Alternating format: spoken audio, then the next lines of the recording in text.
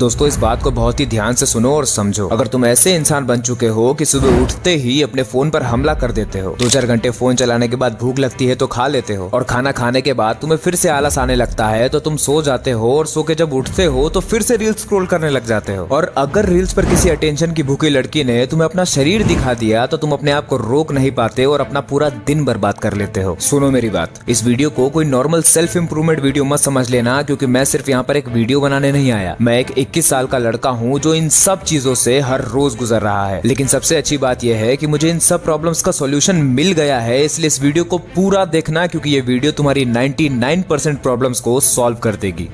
Point number 1, क्या तुमने कभी ये चीज नोटिस की है कि जब भी तुम इंस्टाग्राम पर ज़ॉम्बीज की तरह स्क्रॉलिंग कर रहे होते हो, जब स्क्रॉलिंग को रोकते हो तब तुम्हें दुख महसूस होता है। तुम्हें ये महसूस होता है कि यार मैं टाइम वेस्ट कर रहा हूँ। बिल्कुल इसी तरह से जब हम इंस्टाग्राम पर किसी लड़की को देखते हैं जिसको देखकर हम अपने आप को बिल्कुल रोक नहीं पाते और फिर मास्टरबेशन की तरफ चले जाते हैं। मास्टरबेट करने के बाद भी हमें दुख फील होता है कि यार मैं कुछ गलत कर रहा हूँ। और ऐसे ही जब तुम अपने काम को टाल रहे होते हो, जो काम तुम्हें करना है तुम उससे भाग रहे होते हो, दिन के अंत में जब वो काम नहीं होता तब भी हमें बुरा फील होता है कि यार मैंने आज का दिन भी वेस्ट कर दिया। इन तीनों ही बातों में एक चीज कॉमन है कि हमें ये सब करने के बाद दुख महसूस होता है, जो कि हमें कुछ बताना चाहता है। ये दुख एक अलार्म की तरह है, ये हमें बता रहा है कि हम सही नहीं जी रहे। अब ध्यान से समझो, ये दुख हमेशा हमें एक अलर्ट देता रहता है कि भाई तू सही नहीं जी रहा। लेकिन जैसे ही हमें ये दुख होता है, हमें लगता है कि अगर हमें दुख हो रहा है तो हमें सुख चाहिए, और हम तुरंत वो चीजें करने लग जाते हैं जिन चीजों से हमें सुख मिलता है। जो बात मैंने अभी अभी बोली है, मुझे नहीं पता कि आप इस बात को पकड़ पाए हैं या नहीं, इसलिए मैं इसको फिर से बोलता हूँ। जब जब आपको दुख होता है तो आपको ऐसा लगता है कि मुझे दुख इसीलिए हो रहा है क्योंकि मेरे पास सुख नहीं है, इसीलिए आप वो चीजें करने लग जाते हो जिससे आपको सुख मिलता है। लेकिन सच्चाई तो ये है कि आपने दुख को हटाया नहीं है, आपने सिर्फ सुख को लाया है। और जैसे ही सुख का नशा कम पड़ता है, धीमा पड़ता है, मद्धा पड़ता है, दुख वापस आ जाता है, क्योंकि दुख तो कभी गया ही नहीं था। आपने बस उस दुख के ऊपर सुख की चादर चढ़ा दी थी। ये बात बहुत इंपॉर्टेंट है, इसीलिए इसको एग्जांपल के साथ भी समझ लो। आप मास्टरबेट तभी करते हो जब आप खाली होते हो, आपके पास करने के लिए कोई काम नहीं होता, कोई एक्साइटिंग चीज नहीं होती, आप अंदर से दुखी होते हो। और जिस वक्त आप ये दुख झेल रहे होते हो, आपका शरीर आप पर हावी हो जाता है और तुरंत आपको इधर उधर के थॉट्स देने लग जाता है, और आपको ऐसा लगने लग जाता है कि शायद यही वो चीज है जिसको करने से मेरे अंदर का दुख चला जाएगा। लेकिन ऐसा होता नहीं है, क्योंकि वो करने के बाद दुख वापस आ जाता है। तो इस बात को हम ऐसे कह सकते हैं कि आप अपने दुख का निवारण ना करते हुए सिर्फ सुख के पीछे भाग रहे हो। मतलब कि आप अपने दुख को भुलाने के लिए सुख का सहारा ले रहे हो। और जब भी हम किसी ऐसी चीज का सहारा लेते हैं जो हमारी वास्तविकता को भुला दे, तो हम उसे कहते हैं नशा। हम लोगों को ये बताया गया है कि नशा सिर्फ दारू और सिगरेट का ही होता है, लेकिन ये सच नहीं है। हर वो चीज जो हमें वास्तविकता को भुलाने में मदद करता है, उसे हम नशा कह सकते हैं। और ये जरूरी नहीं है कि नशा सिर्फ दारू और सिगरेट से ही हो। अगर हम दारू और सिगरेट वाला नशा नहीं भी कर रहे हैं, तब भी हम नशेड़ी ही कहलाएंगे, अगर हम अपनी वास्तविकता से भागने के लिए, अपने दुख को छुपाने के लिए इंस्टाग्राम रील्स का, मास्टरबेशन का, गर्लफ्रेंड का, खाने का, सोने का सहारा ले रहे हैं। तो इस बात से हमें ये पता चलता है कि अगर कोई इंसान किसी चीज के अंदर सुख पाने के लिए बिल्कुल डूबा ही जा रहा है, तो वो इंसान नशा करके अपने होश को दबा रहा है, अपने अंदर के दुख को छुपा रहा है। आपने कभी ना कभी तो ऐसे लोगों को नोटिस किया ही होगा जो बहुत ज्यादा खाते हैं, बहुत ज्यादा सोते हैं, या फिर बहुत ज्यादा फोन चलाते हैं। ये सब नशेड़ी है। तो अब हमारे दिमाग में ये सवाल आएगा कि अगर ये सब चीजें करके इंसान सुख पा भी रहा है तो किसी को क्या प्रॉब्लम है? अगर नशे में रहकर आदमी खुश है तो फिर उसे रहने दो ना यार, आखिर दिक्कत क्या है? तो इसका जवाब ये है कि जो भी इंसान ये सब चीजें करके सुख पा रहा है, वो सचमुच में अपने दुख को भुलाने के लिए उस दुख के ऊपर सुख का पर्दा डाल रहा है, नशे का पर्दा डाल रहा है। और सच्चाई ये है कि हमारी नेचुरल स्टेट होश की है। कितना भी बेहोश रह लो, होश तो आएगा ही आएगा। और जब जब होश आएगा तब तब दुख होगा, क्योंकि दुख कभी गया ही नहीं था, उसके ऊपर बस नशे का पर्दा डला हुआ था। तो अगर तुम्हें ये लगता है कि इंस्टाग्राम रील चलाकर, एंटरटेनमेंट लेकर, मास्टरबेशन कर कर तुम अपने दुख से बच जाओगे, तुम अपनी रियलिटी से बच जाओगे, तो भूल जाओ। तुम जितना ज्यादा अपने दुख को हटाने के लिए सुख के पीछे भागोगे, तुम उतना ज्यादा ही दुख पाओगे, क्योंकि तुम अपने दुख को नहीं हटा रहे, बस उसके ऊपर नशे का पर्दा डाल रहे हो। ये बात मैं बार बार बोल रहा हूँ ताकि ये बात तुम्हारे दिमाग के अंदर बिल्कुल बस जाए। इस बात को अच्छे से समझ लो कि तुम दुखी हो, तुम परेशान हो, लेकिन उस दुख से बचने के लिए तुम तुम बार बार नशा कर ले रहे हो, इसीलिए वो दुख तुम्हारी जिंदगी से नहीं जा रहा। अगर ये बात तुम्हें अच्छे से समझ में आ गई है तो फिर हम आगे बढ़ सकते हैं इस प्रॉब्लम के सॉल्यूशन की तरफ। पॉइंट नंबर 2, देखो हमें ये तो पता चली गया है कि नशे में पड़े पड़े हमें सिर्फ दुख ही मिल रहा है, और अगर सुख मिल भी रहा है तो वो सिर्फ तब तक जब तक नशा बरकरार है। जैसे ही नशा गया दुख वापस आ जाएगा, और फिर उस दुख से बचने के लिए भी हमको फिर से सुख का नशा करना पड़ेगा, और ऐसे ही सुख दुख करते करते पूरी जिंदगी निकल जाएगी। हम लोग दुख से इतना डरते हैं कि दुख आते ही हम लोग तुरंत सुख का नशा करने लग जाते हैं। तो अगर हमें दुख से मुक्ति चाहिए तो सबसे पहले तो हमें दुख से डरना बंद करना होगा। हम लोग जैसे ही दुख से डरना बंद कर देंगे, हम लोग नशे के पीछे, सुख के पीछे भागना बंद कर देंगे, और यही हमको करना है। इसको एक एग्जांपल से समझो। इमेजिन करो एक प्रेशर कुकर है जिसमें दाल बन रही है। जैसे ही उस कुकर में प्रेशर बनता है, तुम उस कुकर के सीटी बजा देते हो और उस कुकर का सारा प्रेशर रिलीज हो जाता है, और इसी की वजह से उस कुकर के अंदर की दाल नहीं बन पाती। वो जो प्रेशर कुकर है वो तुम हो, उसके अंदर जो प्रेशर बन रहा है वो तुम्हारे अंदर का दुख है, और वो जो तुम सीटी बजाकर प्रेशर रिलीज कर देते हो ये वो नशा है जो तुम करके सारा का सारा दुख भुला देते हो। तो सबसे पहला स्टेप तो ये है कि वो सब कुछ करना बंद करो जिसकी वजह से प्रेशर रिलीज हो रहा है। अपनी जिंदगी से सारे नशे बाहर निकाल दो। Instagram, TV, porn, masturbation, games, girlfriend, सारे नशे बंद कर दो। कुछ लोग होते हैं जो गर्लफ्रेंड का भी नशा करते हैं, गर्लफ्रेंड से घंटों बातें करते हैं, और जब बातें खत्म हो जाती हैं तो फिर इमेजिनेशन का नशा करते हैं कि मैं उसके साथ यहाँ जाऊंगा, वहां जाऊंगा, ये करूंगा, वो करूंगा। सब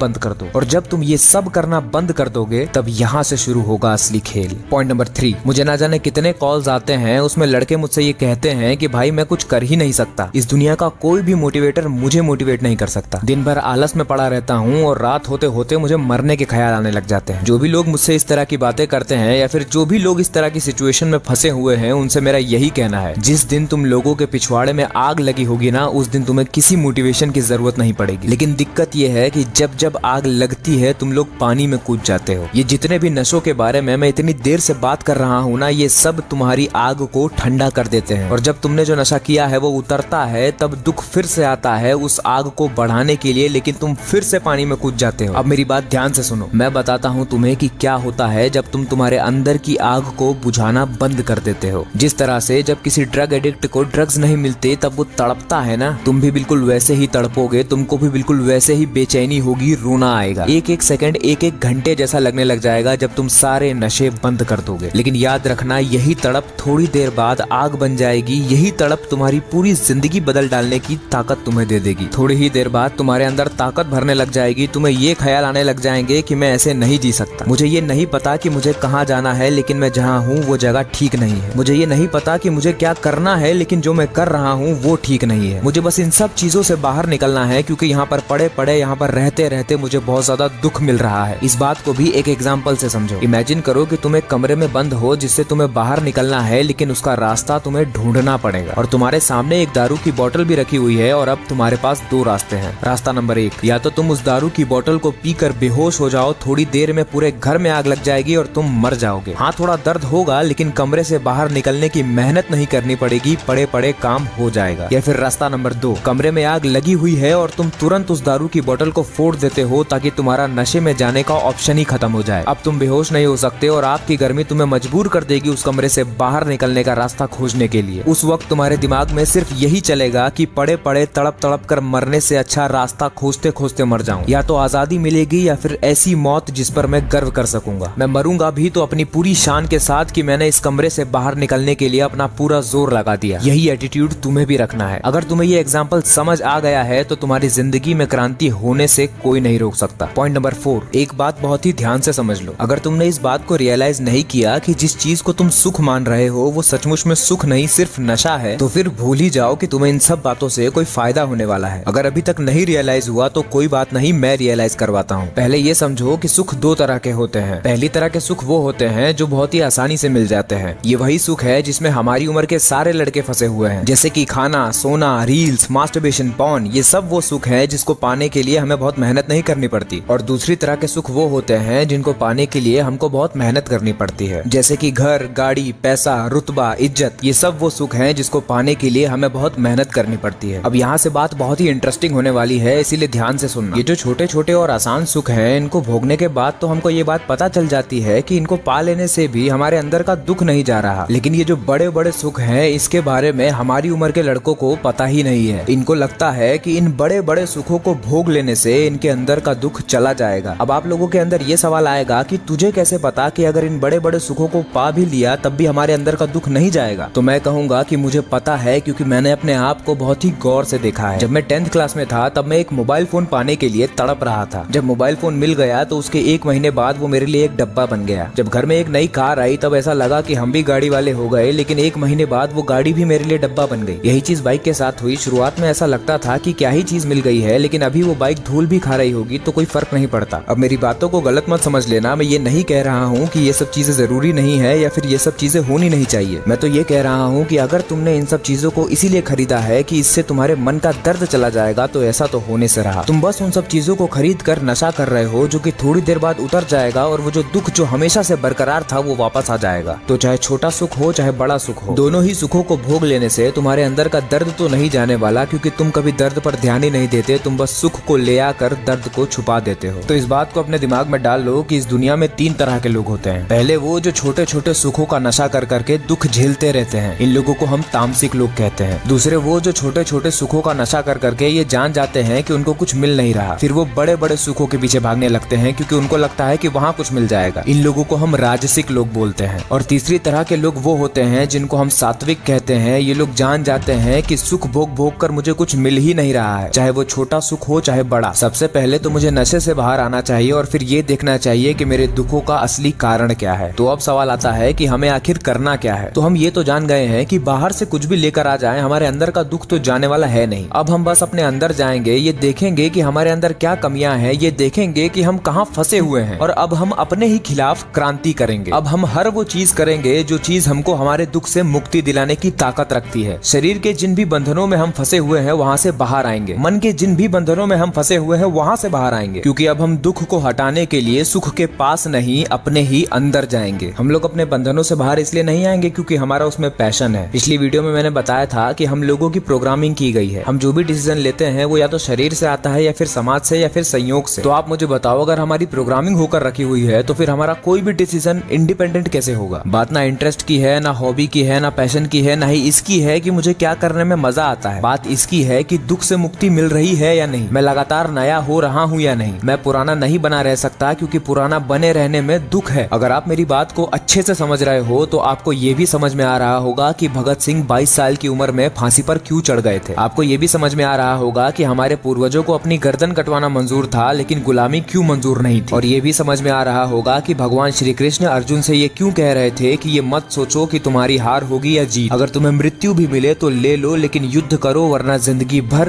दुख पाओगे। हमें भी युद्ध करना होगा, इसलिए नहीं क्योंकि हमें कुछ पाना है, बल्कि इसलिए क्योंकि हम जैसे जी रहे हैं वैसे जीकर हम बिल्कुल भी खुश नहीं हैं। हमें ये बिल्कुल नहीं पता कि हमारी मंजिल कहाँ है, लेकिन हमें ये पता है कि हम जहाँ खड़े हैं वो हमारी मंजिल नहीं है। लेकिन अब जरा बात पर ध्यान दो। हमें ये बात पता चल चुकी है कि जब तक हमारे अंदर का दर्द बरकरार है तब तक हमको काम करने से कोई रोक नहीं पाएगा, हमको आगे बढ़ने से कोई रोक नहीं पाएगा। लेकिन यहीं पर हम फंस जाते हैं क्योंकि कोई है जो हमारे अंदर के इस दर्द को कम करने के लिए आएगा। कोई है जो हमको रोकेगा, वो कहेगा कि रहने देना यार, सो जा, इंस्टा चालू कर, कुछ मजा आएगा, चल कोई मूवी देख ले, अबे चल दोस्तों को ही कॉल कर ले, उनके साथ बैठकर बकैती करेंगे। और अगर तुमने ये सारी बातें मान ली तो फिर तुम्हें कोई नहीं बचा पाएगा। इसीलिए अब मैं जो बोलने जा रहा हूँ वो बहुत ज्यादा जरूरी है। पॉइंट नंबर 5, तुम्हें क्या लगता है ये जो बातें मैंने बताई हैं ये सब अगर तुमने फॉलो कर लिया तो तुम्हारी जिंदगी बदल जाएगी, तुम्हारी सारी प्रॉब्लम सॉल्व हो जाएगी? इतना आसान नहीं है भाई। कोई भी मूवी हिट तभी होती है जब विलन हीरो से ज्यादा ताकतवर होता है। और अगर तुम भी मेरी ये सारी बातें सुनकर अपने आप को अपनी जिंदगी का हीरो समझ रहे हो तो याद रखना, तुम्हारी जिंदगी का विलन तुमसे 10 गुना ज्यादा ताकतवर होगा। स्पाइडरमैन इस दुनिया का सबसे ज्यादा पसंद किया जाने वाला सुपर हीरो है और उसका रीजन सिर्फ एक है, क्योंकि उसकी जिंदगी में उसकी औकात से ज्यादा परेशानियां हैं। उसकी जिंदगी में जो विलन है वो उससे बहुत ज्यादा ताकतवर है। लेकिन बात सिर्फ यहाँ पर खत्म नहीं होती। उसे पता है कि सामने वाला उससे ज्यादा ताकतवर है, लेकिन फिर भी वो लड़ता है क्योंकि वो हार मानकर बैठ नहीं सकता। बहुत दुख मिलेगा अगर वो सामने वाले की ताकत देखकर रुक गया तो। इसीलिए वो लड़ता है, पूरा जोर लगाकर लड़ता है और लड़ते लड़ते कुछ ऐसा गजब हो जाता है कि वो जीत जाता है। तब हमें भी और हमारे हीरो को भी दोनों को रियलाइज होता है कि हम अपने आप को जितना समझते हैं हम उससे बहुत ज्यादा बड़े हैं। ये तो हो गई उस हीरो की बात जिससे हम इंस्पायर होते हैं। लेकिन अब जरा हम अपनी जिंदगी पे आ जाते हैं। हमने अपनी जिंदगी का विलन पॉइंट नंबर 1 में ही क्लियर कर लिया था, जो था नशा। लेकिन अब हम उसे एक दूसरा नाम देते हैं जो कि है माया। माया और नशा दोनों एक ही चीज है, क्योंकि दोनों ही हमको ये बताकर रखते हैं कि जिस चीज को हम देख रहे हैं, जिस चीज को हमने पाकर रखा हुआ है वो सच है, वही वो चीज है जिसको पाकर हमें वो मिल जाएगा जो हमें चाहिए। लेकिन जब माया का नशा का पर्दा सामने से हटता है तब हमें पता चलता है कि ये सच नहीं झूठ था। तो अब हम पूरी बात को एग्जाम्पल के साथ समझते हैं। तो मान लो कि तुम वो इंसान हो जो अपनी गंदी जिंदगी के दुख को छुपाने के लिए इंस्टाग्राम का सहारा लेता है या फिर मास्टरबेशन का सहारा लेता है। तो अब तुमने ये देख लिया है कि हाँ, मैं जो ये कर रहा हूँ, दिन भर फोन में लगा रहता हूँ, फोन छोड़ता हूँ तो मास्टरबेशन में लग जाता हूँ, ये सब माया है, नशा है जो मैं कर रहा हूँ अपनी असली दुनिया से भागने के लिए। तो अब तुम संकल्प करते हो कि नहीं, बहुत हो गया, नशे के चक्कर में मैं बहुत दुख पा रहा हूँ और दुख की वजह से और नशे में जाता जा रहा हूँ। तो सबसे पहले तो तुम नशा करना बंद करते हो और जैसे ही तुम ऐसा करते हो तुम्हारी असली जिंदगी तुम्हारे सामने आ जाती है। वही जिंदगी जो बिल्कुल रूखी सूखी पड़ी है, जिसमें बिल्कुल मजा नहीं है, जिसमें बिल्कुल डोपामिन नहीं है। अब यहाँ से समझो तुम्हें करना क्या है। तुमने नशा बंद किया तो सारा दुख तुम्हारे सामने आ गया। अब तुम दुख को झेलते जा रहे हो और दुख को समझकर उस दुख से मुक्त होते जा रहे हो, भले ही तुम्हें इस प्रक्रिया में कितना ही दर्द हो रहा हो। लेकिन जब तुम ऐसे आगे बढ़ रहे होगे तब जो तुम्हारे अंदर का विलन बैठा है, जो जानवर बैठा है, जो माया बैठी है, वो बोलेगी कि क्या कर रहा है, जो तेरा मन कर रहा है करने का वो कर क्यों नहीं लेता, आखिर कौन है तुझे रोकने वाला, फालतू इतनी मेहनत करने से क्या ही होगा, क्या पता तुझे कुछ मिलेगा भी या नहीं। कम से कम इंस्टाग्राम स्क्रॉल करने से, मास्टरबेशन करने से, गर्लफ्रेंड से घंटों बातें करके अपनी इमेजिनेशन में खोए रहने से